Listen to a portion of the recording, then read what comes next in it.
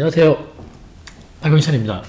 오늘도 날씨는 우중충하지만 심차게 한번 가보겠습니다. 자, 오늘의 주제는 지난 시간에 이어서 내 집 마련과 갈아타기 필승의 대원칙, 부동산 한 번의 실수와 이제 평생의 후회 2편입니다. 2편. 지난번에 말씀드린 내용이 초보자분들을 대상으로 한 내용이 아닌가, 이런 생각을 하셨을 거라고 생각하는데, 우리가 기본기가 없으면서 고급 기술을 자꾸 쓰려고 하시는 분들을 자꾸 상담 때 만나요. 기본기를 잘 닦으시기 바랍니다. 기본기를. 오늘도 2편 내용인데 기본기를 좀 닦아 보도록 하겠습니다. 자, 내 집 마련과 갈아타기 필승의 대원칙. 여러분, 우리 지난 시간에 배웠던 거를 기억하십니까? 지난 시간에 배웠던 거에서 가장 중요한 단어가 뭐죠? 어떤 것 때문에 실수가 나오고, 가장 중요한 거 서열, 그쵸? 서열이죠. 서열을 이해하라.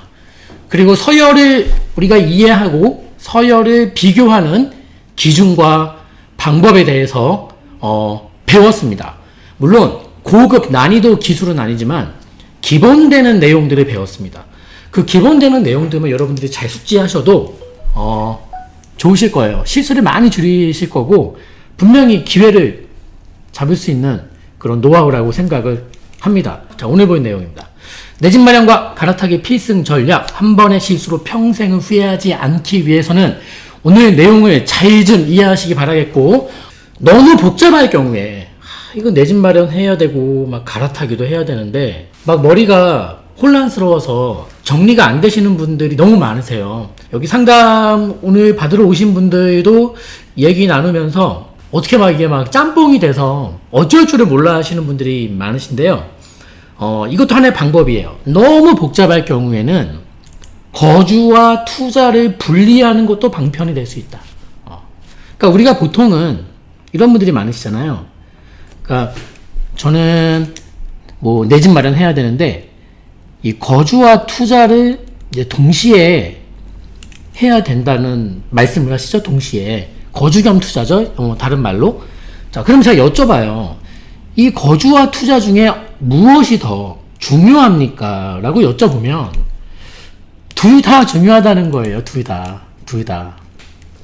자, 이게 뭐죠? 결국은 제가 전에 했던 말이지만 우리가 성공을 하기 위해선 선택해야 되고 집중해야지만 성공한다 그랬잖아요. 이 너무나 간단한 명제인데 왜 성공을 못하냐? 집중을 못한다.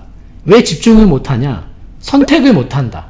왜 선택을 못하냐? 포기를 못한다. 선택이란 다른 말로 포기하는 거예요. 이 포기를 못하다 보니까 선택을 못하고, 선택을 못하다 보니까 집중을 못하고, 집중을 못하니까 꽝이지. 완전 꽝이지. 그러니까 이런 흐름을 가는 거예요. 그러니까 거주와 투자 중에 무엇이 더 중요합니까? 라는 말의 뜻을 뒤집으면 거주와 투자 중에 무엇을 버린다면 무엇을 버릴 겁니까? 이 얘기인데, 둘 다 중요하단 말의 뜻은 나는 둘 다 포기할 수 없다. 둘 다 버릴 게 없다. 둘 다 가지려고 하다 보면 아무것도 얻지 못하게 된다. 세계평화님, 이거는 욕심이 아니라 이 포기가 선택이라는 개념을 모르시기 때문에 그래요. 버리셔야 됩니다. 하나를 버리셔야 됩니다. 최소한 그래서 이 거주와 투자가 둘 다 중요하겠습니다만은 둘 중에 보다 중요한 한 가지는 기준을 잡으셔야 돼요. 왜냐하면 대개 거주가 편리한 부동산들이 투자성이 좀 떨어지는 경우도 많이 있고, 또 투자성이 높은 부동산들이 거주가 불편한 경우가 많이 있습니다.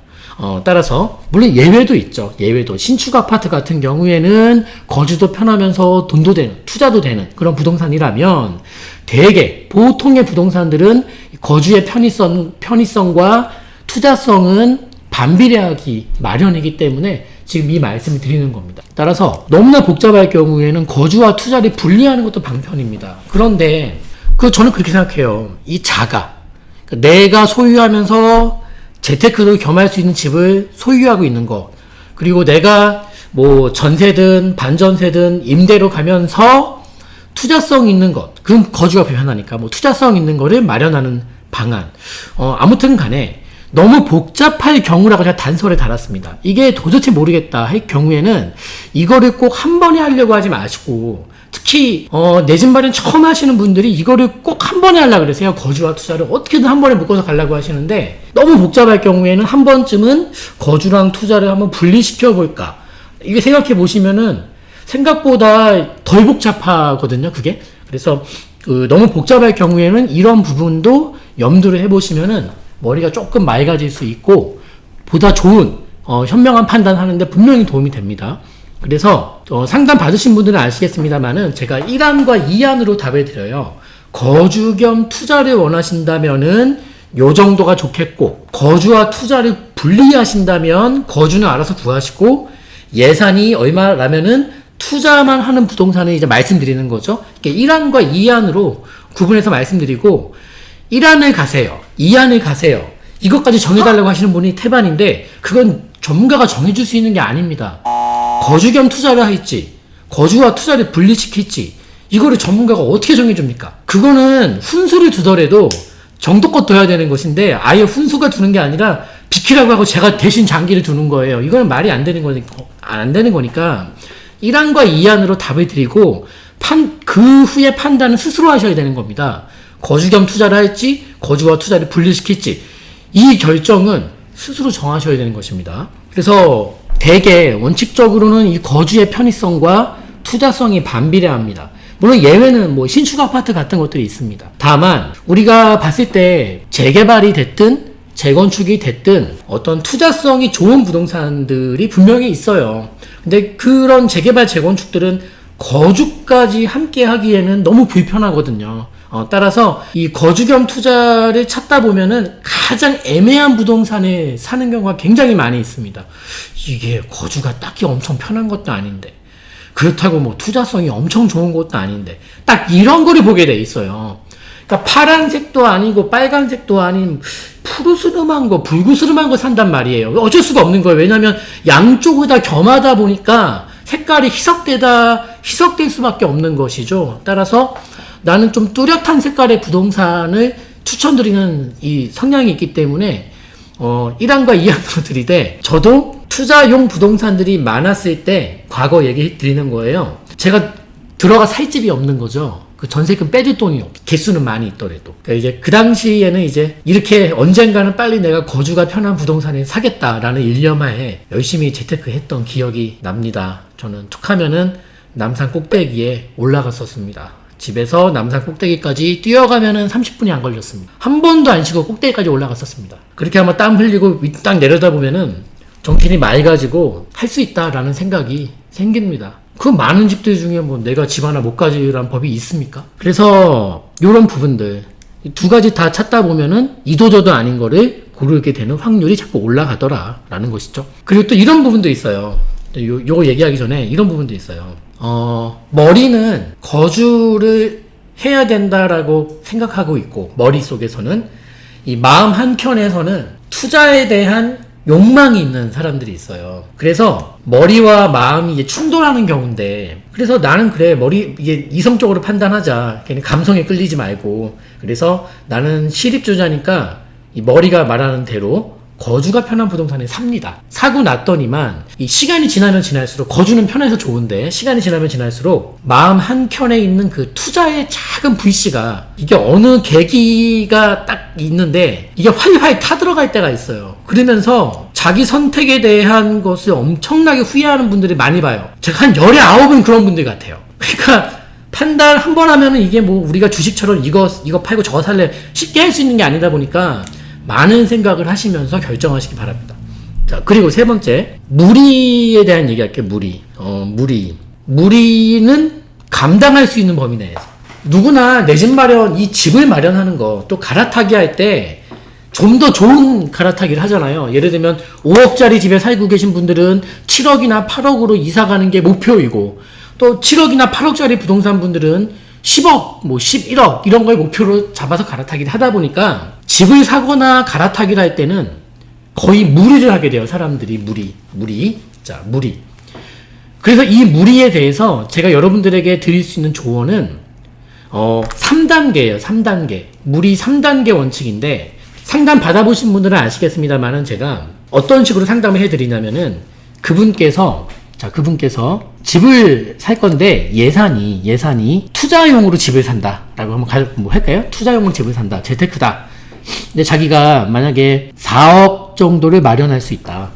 이거를 뭘 해야 됩니까? 또는 뭐 이거는 뭐 실입투자분에게도 적용될 수 있는 내용이겠죠?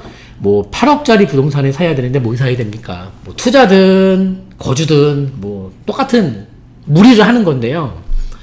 뭐 산다는 것 자체가 무리예요. 아무튼 그러면은 제가 이렇게 답을 드려요. 3억으로 살 수 있는 부동산, 그리고 4억으로 살 수 있는 부동산, 그리고 5억으로 살 수 있는 부동산, 세 가지로 답을 드려요.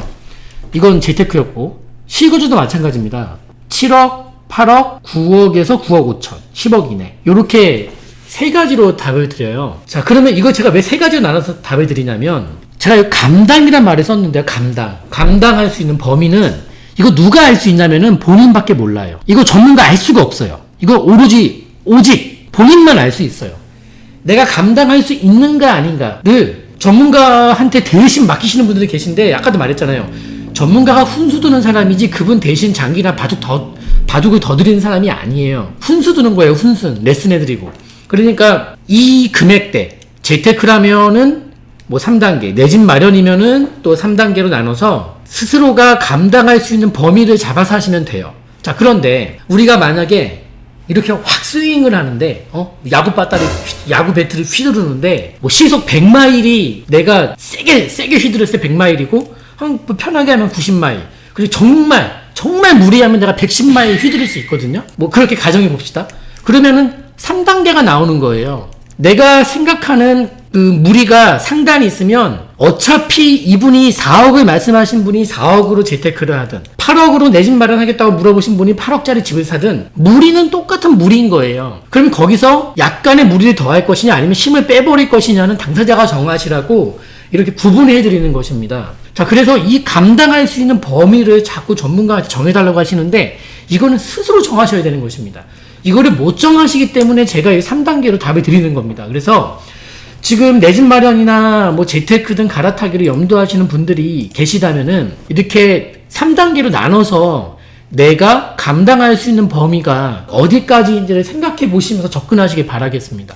그리고 또 하나, 예를 들면 이것도 뭐 이 물이랑 연관되는 말인데요. 자, 무슨 소리냐면 우리가 4억을 들고 계신 분이 그 중에서 3억을 가지고 재테크를 하든 뭘 하든 무리는 무리인 거예요. 무리를 하는 거예요. 무리를. 가만히 있으면 무리가 아니겠지만, 자, 무리를 하는 건데 제가 이 네 번째 말이 되게 중요한 말인데 무슨 소리냐면 지금 이 무리를 할까 말까, 내 집 마련을 할까 말까, 갈아타기를 할까 말까, 자, 고민을 하지 않습니까? 고민은 지금 고민 중인 거예요.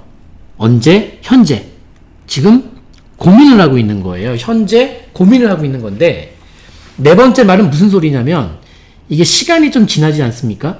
이거 미래에는 이거 고민거리가 아니게 됩니다. 지금 현재는 집을 마련할까? 갈아타기를 할까? 뭐 재테크를 할까? 고민을 하고 있는데 왜 고민할까요? 무리를 해야 되니까 고민하는 겁니다. 그런데 이게 시간이 지나면은 나중에는 고민거리가 아니게 됩니다. 이게 무슨 소리입니까? 뭐 예를 들면은 한 7년 전에 우리가 개포동에 아파트를 하나 살라고 했을 때 한 3억 5천, 그래요. 3억 5천에서 4억 정도면은 개포동에 재건축 살 게 많았거든요. 4억으로 강남에 재건축을 살 수 있었거든요. 지금 4억 가지고 강남에 재건축을 살까 말까 고민하는 분 계십니까? 아예 고민거리가 아닌 거예요. 지금은 고민하죠. 이거를 할 수 있거든요. 할 수 있는데 이게 무리야. 무리를 해야 되나 말아야 되나 막 고민되는 건데 이거 몇 년 지나 보시면 그 고민 싹 사라집니다. 고민거리가 아닌 게 돼요. 아예 그거는 내 예산 뛰어넘게 되는 거로 바뀌다 보니까 새로운 고민은 생기되 과거에 했던 고민을 계속하고 있지 않거든요.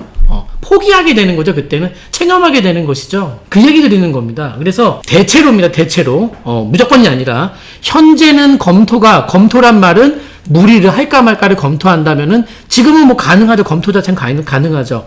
하지만 대체로 향후에는 불가능해진다. 그 얘기를 풀어 쓴 겁니다. 자, 그리고 무리를 하실 때 이게 감당할 수 있는 것인가 아닌 것인가를 잘 구분 못 하시는 분들이 계신데 제가 이렇게 말씀을 드리고 싶어요. 5번째 내용인데요. 감당할 수 있는가 아닌가를 제가 이제 말씀드리는 건 판별하는 법인데, 긴급 상황을 가정해 보자는 거예요. 긴급 상황을. 무슨 소리냐. 예를 들면 내가 거주랑 투자를 분리했어. 예를 들어서 거주와 투자를 분리하기로 했어요. 그래서 거주는 내가 반전세로 가서 월세를 지불해요. 그리고 전세를 활용해서 대출은 안 받고 집을 매수한 거예요. 자, 이랬을 때 긴급 상황은 뭐가 있겠죠? 첫째, 남편이 직장을 생각보다 일찍 정년 퇴직을 한 거예요. 퇴직을 했단 말은 뭐예요? 소득이 끊어졌고 월세는 계속 나가는 상태에서 월세 좀 올려줄 수도 있고, 전세를 끼고 집을 샀는데 전세가 역전세가 터져서 세입자가 나간다는 새로운 세입자가 안 들어와. 자, 그러면 그러니까 내가 어떤 일이 벌렸을 때 말도 안 되는 상황이, 긴급한 상황이, 최악의 상황이 막 벌어졌다고 가정을 해보시는 거예요. 가정을. 남편 갑자기 잘렸어.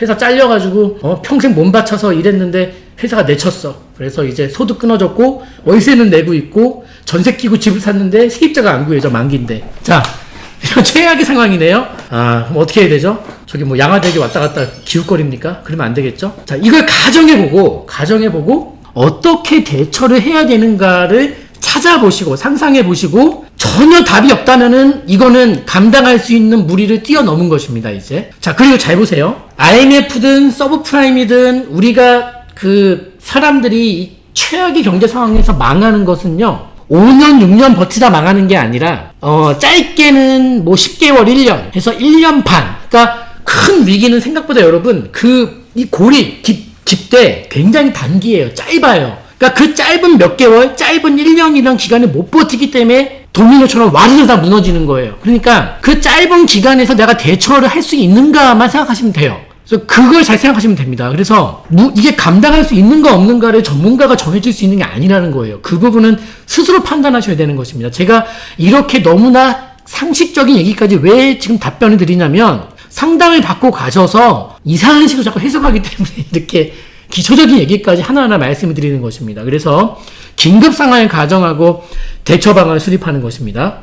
긴급 상황을 가정하고, 이 대처 방안은 뭐 스스로 판단을 잘 해보시기 바랍니다. 어찌됐든 간에. 다음, 성공적인 갈아타기에 절대 원칙이 있다. 갈아타기에 대한 내용인데, 이 갈아타기를 할 때 성공적으로 갈아타려면 절대 원칙이 있다. 그 절대 원칙은 우리 지난 시간에 배웠습니다. 절대 원칙이 뭐라 그랬죠? 절대 원칙이 어느 지역으로 갈아타야 되죠? 정확한 표현이 뭐죠? 상위 서열로. 상위 서열로 갈아타야 됩니다. 이 서열이란 말은 지역적인 서열도 있고, 아파트 중에서는 지역은 거꾸로 되어 있지만 단지의 서열도 있습니다. 단지의 서열도 있고 그러니까 어찌됐든 상위 서열로 올라가는 갈아타기를 해야 되는 것입니다. 이게 가장 갈아타기의 절대 원칙입니다. 근데 제가 이 상급지 부동산을 팔아서 저기 하급지에 좀 신축으로 간다든지 이런 갈아타기를 기본적으로 좋아하지 않습니다. 그 뒤에 뭐 얘기 나올 텐데 그 뒷부분에서 말씀을 드리겠고, 기본적으로 이 서열은 단지의 서열도 있지만 기본적인 서열은 지역적인 서열이 가장 중요한 서열의 기준이 됩니다. 우선적으로는요. 그거 잘 지난 영상 다시 올리면 꼭 다시 한번 보시길 바라겠고, 그리고 말씀처럼 똘똘한 한 채는 필수입니다. 상위 서열 지역으로 갈아타는 게 가장 원칙입니다. 그리고 세계평화님 입지 얘기하는데 입지가 다는 아닙니다. 입지도 중요하고 단지의 규모, 연식, 평형별 단가, 기반시설 모든 거 다 봅니다. 하지만 말씀처럼 입지는 모든 건 아니지만 가장 기본이 된다. 그리고 내려가는 갈아타기, 이 하위 서열로 갈아타기를 반복하다 보면 여러분 자산이 이게 확 쪼그라져 있어요. 그게 보이지 않아요. 어느 시점에서 돌아보면은 나 왜 이렇게 자산이 없지? 우리 식구 왜 이렇게 자산이 줄어들었지? 그것은 돌아보세요. 계속 내려가는 갈아타기를 한다니까. 내려가는 갈아타기를 절대 안 돼요. 가만히 그 자리에 머무르시든 최소한 상급지로 갈아타기를 하시지 않고서 오히려 역행하는 갈아타기를 한다면은, 그러니까 우리 이런 분들이 어떤 분들이 많이 계시냐면은, 우리 연세가 있으신 우리 고령층이면서 소득이 끊어졌고요. 자녀분들이 용돈을 안 줘.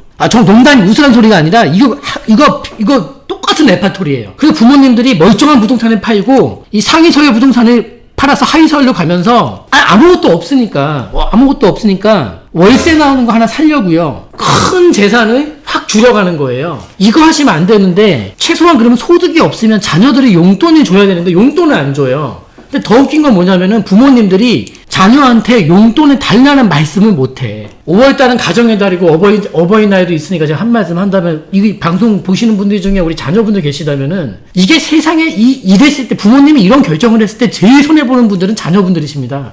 이 제일 멍청한 자녀들입니다, 이게요. 왜? 부모님 자산이 줄어들면 결국 자녀가 손해보는 거 아닙니까?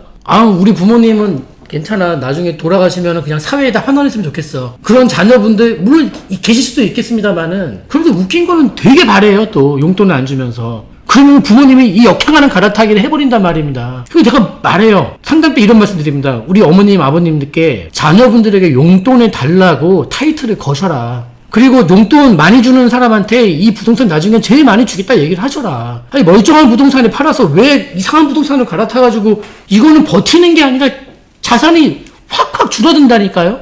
네? 자녀들이 왜 용돈 안 주는지 몰라. 이게 참 멍청한 자녀들이에요, 진짜. 네. 정말로 잘 보세요, 자녀분들. 방송 보시는 젊으신 분들 잘 들으세요. 부모님들이 용돈 얘기 안 한다 그래서 가만히 있으면 안 돼. 얘기를 하셔야 된다니까. 부모님들이 소득이 아무것도 없고, 얘기를 빨리 물어보세요. 부모님 용돈 필요하신지. 네? 이게 뭐 하는 짓이? 이거 완전히 이건 이러면 안 되거든요. 자꾸 줄어들어. 자녀분들 힘든 건 알겠지만, 이게 미래를 위해서 저축을 생각하시고, 이걸 엄한 부동산도 아닌 좋은 부동산을 엄한 거를 갈아타게 하는 거 막아드려야죠. 그 갈아타는 데 있어서 정말로 어떤 분들은 한 달에 6, 70만 원만 더 있으면은 그 부동산 계속 가져갈 수 있는 분도 계신데, 그것 때문에 갈아탄다니까. 원룸이 하나 사가지고 60만 원 받으려고. 이게 말이 됩니까, 이게? 그러니까 이게 왜 흥분하냐면, 여러분들이 제 여기 책상에 앉아서 그분들, 우리 상담 오시는 우리 어머님, 아버님들과 얘기 나눠보시면 여러분도 다 흥분하실걸요? 저만 흥분하는 게 아닐걸요? 제발 용돈 좀 드리세요. 네. 그래서 부모님들이 좋은 부동산을 엄한 부동산으로 갈아타기를 할까요, 말까요? 본인도 안다니까. 이거 하면 안 된다는 걸 아시면서 와서 상담을 받으러 오신다니까요. 제발 그런 상담이 줄어들 수 있도록 용돈 좀 챙겨 드리십시오. 어떻게든 안 쓰면 다 드릴 수 있습니다. 어떤 분들은 또 자녀분도 3명, 4명인데 3명, 4명 자녀가 다들 용돈을 안 줘. 그건 아니지 않습니까? 네. 자녀가 3, 4이 되는데 용돈을 안 줘요. 다음. 자, 이거 중요한 내용이에요. 다음 것도. 1번, 팔고 산다. 2번, 사고 판다. 일단은, 대원칙은 동시죠, 여러분, 동시. 사고 팔고를 동시에 하는 거죠. 제가 작년에 계약하러 갔는데, 그분이 파시는 분이 계약 시간을 계속 바꾸시는 거예요. 뭐 메시브 했다가 다시 땡겼다 뭐 했다 하는 거예요. 제가 물어봤어요. 왜 이렇게 시간을 바꾸세요? 그러니까 부동산 사장님이 하시는 말씀이, 이분이 팔고 사고를 하루에 하셔야 되기 때문에, 거의 동시에 진행하기 때문에 자꾸 시간이 바뀔 수밖에 없다라는 거예요. 그래서 이분이 생각이 있으신 분이시구나 라고 저는 생각을 했어요. 그래서 그분이 그날 오전에 오전에 사고 밤에 제가 밤 9시인가 계약서를 썼는데 밤에 파신 거예요, 이제. 그러니까 보통 일이 아닌 거예요. 이게 말이 쉽지 동시에 할 수가 없지 않습니까? 그러니까 어떤 거 하나를 먼저 할 수밖에 없는 것인데, 그래서 팔고 삽니까? 사고 팝니까? 물었을 때 1번을 택하신 분들 팔았어요. 자기가 살 게 분명히 있었거든요. 이제 팔고 살려고 했어요. 근데 나는 팔았는데 못 산 거야. 근데 이게 그냥 아주 순간적인 차이로 나는 팔았고 못 사게 된 거예요. 아주 순간이에요. 찰나가 지나간 거예요. 그랬더니만 내가 살려고 했던 금액이 있는데 갑자기 뭐 8천만 원 올리고 1억 올려버렸어요. 예를 들면 단숨에. 못 잡아요. 평범한 분들은 못 잡아요. 이거 큰일 났구나. 내가 타이밍 어긋났구나. 빨리 잡아야지가 아니라 뭐야, 갑자기 한순간에 1억이 올랐다고? 8천만 원 올렸다고? 이건 아니지 하고 버텨요. 또 올라요. 근데 거기서 2번, 3번 반복되면 이제 이 멘탈이 깨지면서 그때 상담하러 오세요. 그 레파토리 똑같아. 옛날 얘기부터 시작합니다. 그래서 옛날 얘기부터 이 집이 내가 어떻게 구입한 집이고, 남편이 얼마나 속을 썩였고, 그러면서 내가 버텨서 지킨 집인데, 이 집을 팔았는데 내가 살려고 한 거 못 산 거야. 나 어떻게 해야 됩니까? 라고 상담 오십니다. 정말 과반 넘게 그런 분들 상담인데 도와드릴 방법이 없어요. 제가 해드릴 수 있는 말은 그냥 지금이라도 사셔야 될 것 같은데요 밖에 없는 거예요. 그러니까 제가 이제 말씀드린 거는 항상 얘기했죠. 거의 동시에는 맞지만 뭔가를 조금이라도 먼저 해야 된다면은 사고 파는 게 맞는 겁니다. 자, 그런데 착각하는 거예요, 사람들이. 1번을 택하신 분들, 8고4고를 택하신 분들은, 이거 택하신 분들은 주로 어떤 성향이시냐면은, 굉장히 위험을 혐오하는 분들이고요. 그 다음에 위험을 회피하는 분들이시고, 남한테 살면서 손에 한 번도 안 끼치는 분들이시고, 사고 팔고 했을 때는 이런 생각하는 겁니다. 내가 샀어. 근데 안 팔리면 어떡하지? 나는 샀는데, 팔아서 돈을 내야 되는데, 안 팔리면 어떡하지? 이거 위험한 거죠. 위험한 거죠. 근데 거꾸로, 팔고 사고도 내가 팔았어요. 근데 내가 못 사면 어떡하지? 똑같이 위험한 겁니다. 그러니까 어떤 거든 간에 리스크가 존재하는 거예요. 어떤 거든 간에. 여기서 안전한 거 있습니까? 하나도 없어요. 다 위험한 거예요. 그래서 사고 팔아야 되는데 안 팔렸을 경우에는 전세라도 놓겠다는 각오로 접근하다. 이 얘기를 2년 전 유튜브 영상에 찍어서 올렸던 것이죠. 그래서 지금도 이 원칙을 틀려서 오시면 제가 말했잖아요, 여러분. 난이도가 높은 어떤 그런 기술에서 실수가 나오는 거랑 기본에서 실수가 나오는 거랑 기초에서 나오는 실수는 타격이 엄청나게 커요. 고급 기술 쓰다가 넘어지는 거랑 그냥 걸어가다 자판 넘어지는 거랑 차원이 다른 거예요. 그러니까 이건 기초인 거예요, 지금. 이 갈아타기 대원칙은요. 근데 우리 이제 아까 1번 택하신 분들은 어찌됐든 간에 위험한 거 싫어하고 남한테 피해 한번 준 적이 없는 분들이 1번을 택하십니다. 1번이 위험하지 않다라고 그 누가 말할 수 있겠습니까? 네, 그 누가. 팔았는데 못 사고 현금 들고 있고 발을 동동 구르는 그 상황.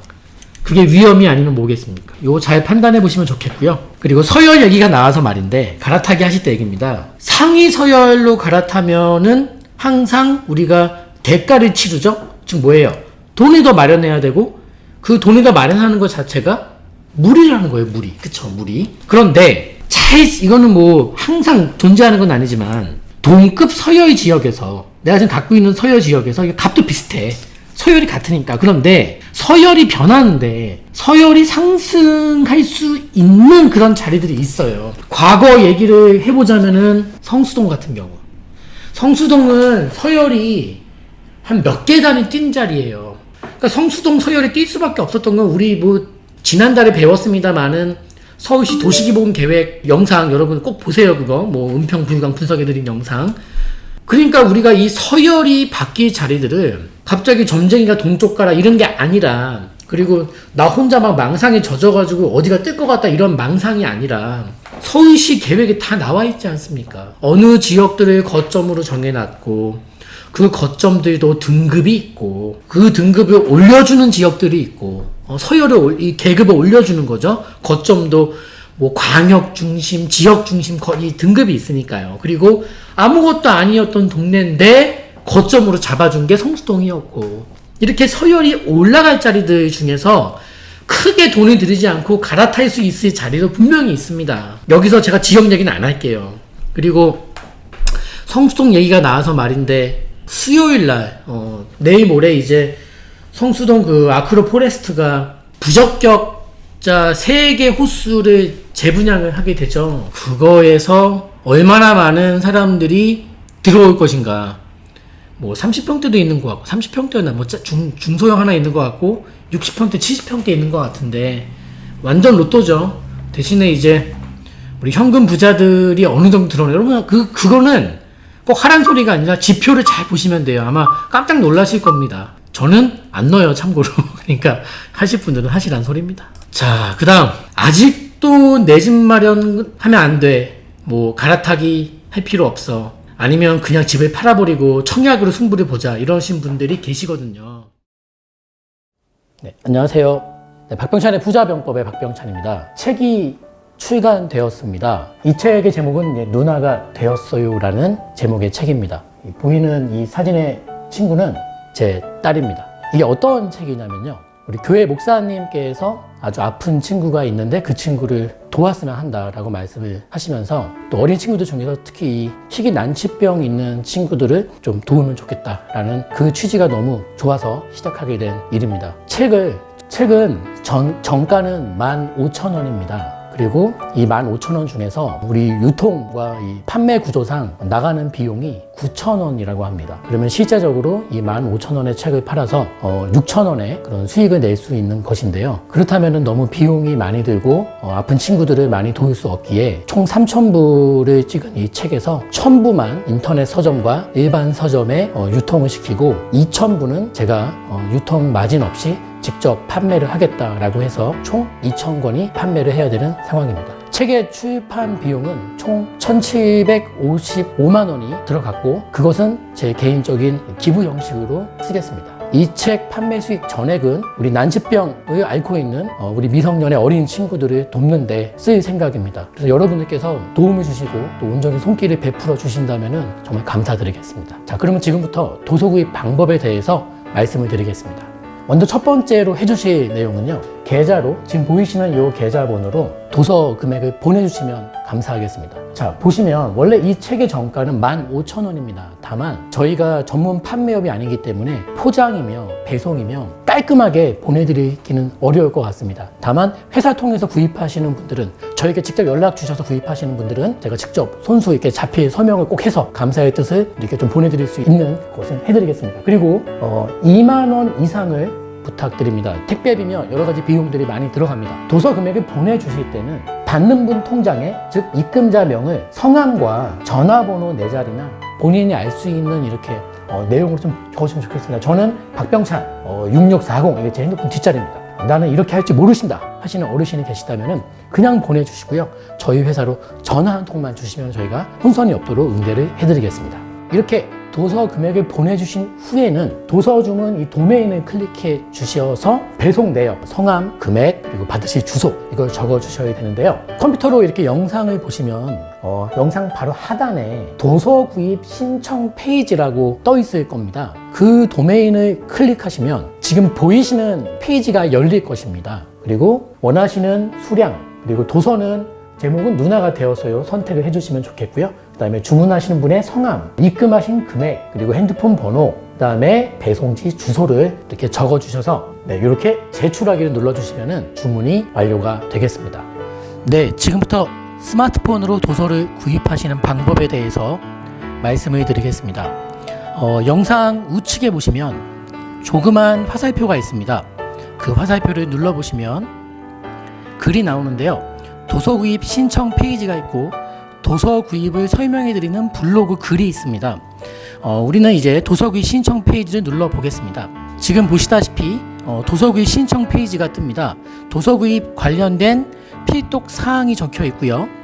원하시는 수량을 1권, 2권 또는 기타 권수 적어주시면 되겠고, 도서명 선택해 주시고 주문자 이름을 적어 주시고요. 그리고 주문자분의 입금자명의 성함과 핸드폰 번호 뒤 4자리를 함께 적어주시면 혼선이 없겠습니다. 그리고 입금 금액, 입금하신 금액을 적어주시면 되고요. 핸드폰 번호 적어주시고 배송 받으실 주소를 적어주시면 되겠습니다. 계좌 안내는 다시 나와 있고요. 아래 보시면은 개인정보 수집 동의 체크하시고 제출하기 버튼을 눌러주시면 주문이 완료가 되겠습니다. 누나가 되었어요. 많이 응원해 주세요.